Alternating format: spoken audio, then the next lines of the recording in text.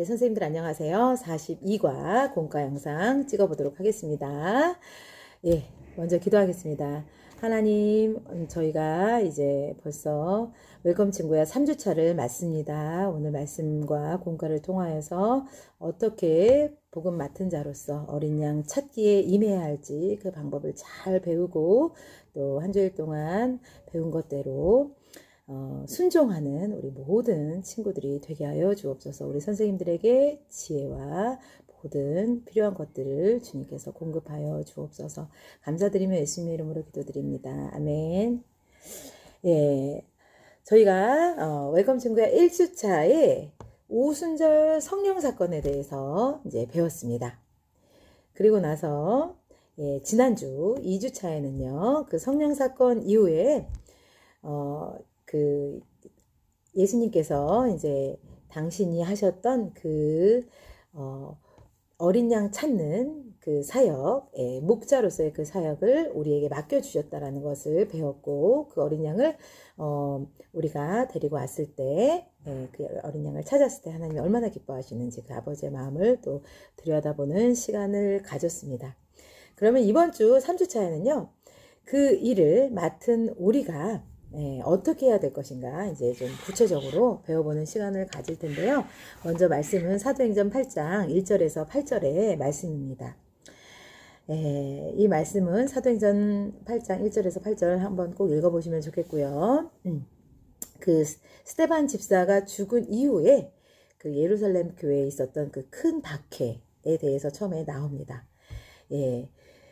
그 성령을 받은 그들이 처음에는 예루살렘 교회 안에 머물러 있었습니다. 그 안에서 서로 떡을 떼며 함께 기도하면서 그리고 서로 물건을 통용하면서 굉장히 아름다운 초대교회의 모습을 이루었어요. 그런데 그들이 그렇게 머물러 있기만을 하나님이 원하시지는 않으셨던 것 같아요. 그래서 예루살렘에 스데반 집사의 그 처형 이후에 큰 박해가 있었고 그 박해를 통해서 어쩔 수 없이 이제 유대인들이 이제 디아스포라 유대인으로 아주 먼 곳까지 이방 땅까지 이렇게 흩어져서 살게 됩니다.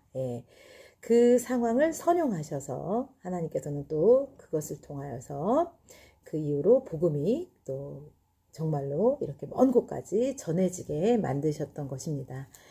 그래서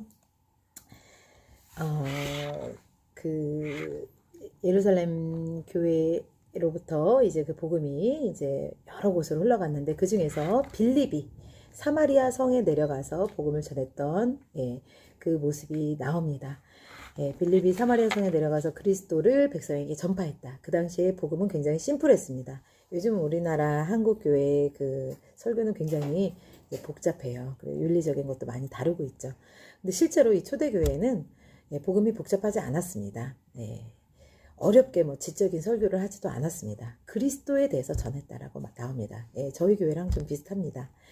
저희 교회가 그렇잖아요. 정말로 복음 위주로 이제 그렇게 담임 목사님께서 말씀하시고 그 핵심을 저희가 놓치지 않고 잘 가는 것이 참 바람직하다고 생각되는데 예수님에 대해서 전했습니다. 그러면요 그 말씀은요 그 말씀 자체가 살아서 운동하기 때문에 그 말씀을 전하는 그 받은 이들이 그 말씀을 듣고 또 변화가 일어났습니다. 그리고 여기 보면 듣고 행했다라는 표현이 나오고요. 듣고 행할 때 표적도 나타나고 그 표적을 보면서 또 한마음으로 그 빌립을 통해 전하셨던 그 하나님의 말씀을 따랐다라고 나와 있습니다. 그리고 막 귀신 들린 사람들이 나가고 중풍병자 못 걷던 사람들이 걷고 이런 기적들이 많이 일어났습니다. 그랬더니 8절에 보니까 그 성에 큰 기쁨이 있더라 이렇게 나와 있습니다. 이렇게 복음은요. 그 자리에 머물러 있으면 안 됩니다. 우리가 흘려 보내야 되고요. 적극적으로 또 전해야 합니다. 지난주에 배운 것처럼 그 일을 우리에게, 나에게 맡기셨다라고 우리가 배웠습니다. 자, 하나님의 일을 맡았다면 어떻게 해야 될까요? 이것이 첫 번째 질문입니다. 주보에 보면요. 늘 제가 여기다 준비해드리고 있죠. 주보에 이제 1번 문제부터 풀면서 해보도록 하겠습니다. 어린 양 찾는 일을 이제 우리에게 맡기셨어요. 그 일을 우리가 맡았으니 어떻게 해야 될까요? 애들에게 물어봅니다. 뭐 잘해야 됩니다. 뭐 열심히 해야 됩니다. 여러 가지 답변들이 나오겠죠. 맞아. 다 중요해. 그런데 핵심적인 그리고 가장 중요한 것이 무엇인지 고린도전서 4장 2절에 나와 있어요. 한번 찾아보겠습니다. 고린도전서 4장 2절 읽어볼게요. 어린 양 찾는 일을 맡은 우리가 어떻게 해야 되는지 두 글자로 된 한 단어를 찾아보세요. 그리고 맡은 자들에게 구할 것은 충성이니라. 뭐라고요? 충성입니다. 하나님의 일을 맡았다면 우리는 충성해야 됩니다. 그런데 우리 지난주에 배운 것처럼 이것을 할 때 우리 혼자 하면 힘들어요. 왜냐하면요, 이것은 특히 영적인 전쟁이기 때문입니다. 이건 육적인 전쟁이 아니에요. 걔네들을 막 때려가지고 데리고 나오면 안 된다는 거죠. 싸워가지고 내가 이겨서 데리고 나오는 게 아니죠. 육적인 것이 아니라 영적인 전쟁입니다. 우리가 이렇게 어린 양을 찾으려고 애를 쓸 때 사단도 몸부림을 친다 이거죠. 걔를 보내지 않으려고. 그렇기 때문에 우리가 이것이 영적 전쟁임을 알고 무엇을 해야 될까요? 가장 우선적으로 해야 될 거 지난주에도 배웠듯이 바로 기도입니다. 성령 하나님께 우리가 기도를 해야 됩니다. 첫 번째 우리가 충성, 맡기신 자에게 충성해야 된다고 배웠습니다. 충성을 하면서 나아갈 때 그 다음 차순위 바로 제일 먼저 기도입니다. 기도만 해서 하나님 누구누구가 교회에 나오게 해주세요. 기도만 한다고 그 아이가 나오는 것은 아닙니다. 하나님께서 우리에게 방법적인 것을 또 알려주십니다. 성령 하나님께서. 그런데 우리는 그 성령 하나님의 그 음성을 이제 잘 듣지 못하죠. 하지만 그래서 우리가 좀 더 구체적으로 우리 모두가 함께 이 공동체가 나아갈 때는 우리가 다 함께 우리 교육자와 우리 선생님들을 중심으로 이렇게 계획을 짜게 됩니다. 하나님 안에서 우리가 전도를 할 때 우리 이렇게 하자라고 그 계획을 짜죠. 그것에 맞게 우리가 해야 될 일이 있습니다. 골로새서 1장 29절 말씀. 여기서 한 단어를 찾아보세요. 우리가 해야 되는 것이 뭔지. 이를 위하여 나도 내 속에서 능력으로 역사하시는 이의 역사를 따라 힘을 다하여 수고하노라. 무엇을 해야 될까요? 수고해야 됩니다. 기도만 하는 것이 아니라 우리 각자의 수고가 필요합니다. 우리의 노력이 필요하다는 것입니다. 그런데요, 이 초대교회의 전도자들은 엄청난 수고를 했어요. 그들의 수고가 어떠한지 가장 확실하게 또 아주 진지하게 알 수 있는 그 내용이 이 바울이 어떻게 수고했는지를 보면 그곳에 나와 있습니다. 바울이 수고한 내용은 고린도전서 4장 11절에서 13절에 있는데요. 고린도전서 4장 11절에서 13절. 여기 보면 우리가 줄이고 목마르며 헐벗고 매맞으며 정처가 없고 또 수고하여 친히 손으로 일을 하면서 천막 막 만드는 일을 했죠. 모욕을 당하고 그러면서도 축복하고 또 박해를 당했는데도 참고 비방을 받은 즉 권면하니 우리가 지금까지 세상에 더러운 것과 만물의 찌꺼기같이 되었도다. 바울은 이런 엄청난 수고를 하면서 복음을 전했어요. 그런데 하나님께서는 각 사람에게 정말로 알맞는 각 사람이 극복할 수 있는 시험만 주시고 또 그 훈련도 각 사람에게 맞게 하시기 때문에 우리 친구들에게 이렇게 엄청난 거 요구하지 않으셔요. 이거에 비하면 상대적으로 굉장히 쉬운 걸 우리에게 요구하십니다. 우리 지난주에는 뭐 했어요? 우리가 했던 수고가 뭐 있죠? 막 대단하지 않았어요. 어떤 거 했어요? 그렇죠. 스티커에다가 이름을 써보는 걸 했어요. 많이 어렵지 않았죠? 이번 주에도 어렵지 않아요.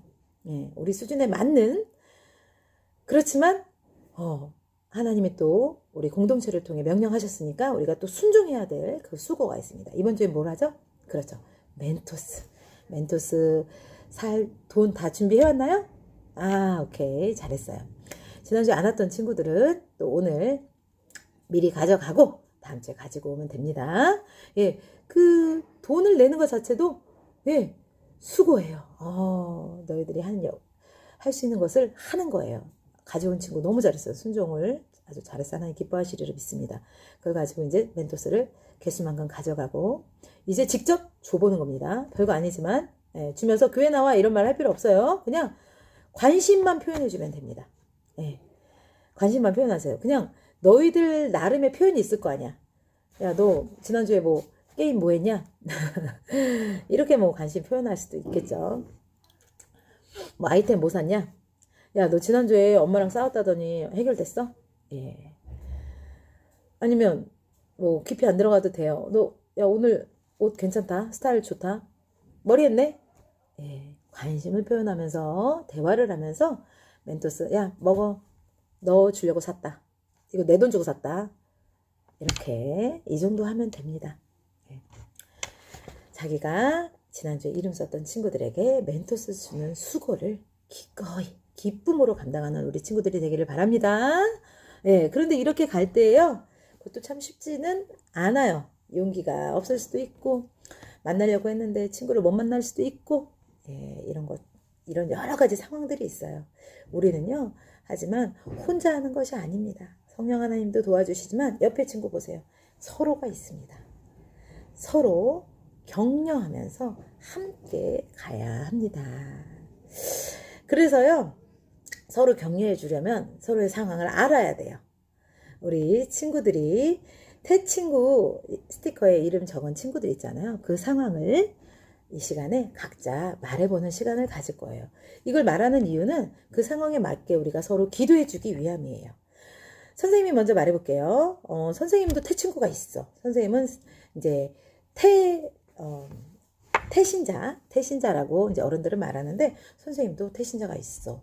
누구냐면은 그 3명이 있는데 3명 중에 1명이 우리 옆집 아저씨다.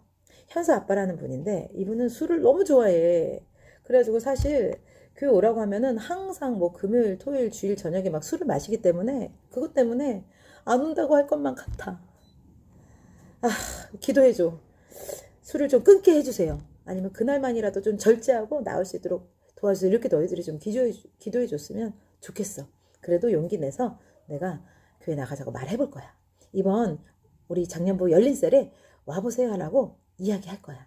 그리고 그 아들 현서도 현서는 지금 그쪽 교회에 나가고 있는데 잘 다니고 있으면은 오지 않아도 되지만 아빠라도 나오시라고 말해볼래. 기도해줘. 이런 식으로 돌아가면서 자기 태친구의 상황을 다 이야기하도록 합니다. 그리고 공감해 주시고 그렇구나. 힘들겠다. 쉽지 않겠네. 서로 공감해 주도록 하고요. 같이 분위기 잘 만들어 주시고 함께 그 태친구들을 다 놓고서 그럼 우리 함께 하나님 앞에 도와달라고 기도하자 하고 기도하시고 멘토스 주시고 현금 이렇게 걷고 또 이제 헌금기도 함께 미리 거두셔서 함께 기도해 주시고 마무리해 주시면 되겠습니다. 예, 정답은 제가 이렇게 여기다 적어 가지고 올려드리도록 하겠습니다. 네. 뭐 정답을 꼭 채우는 게 그게 중요한 것이 아니라요.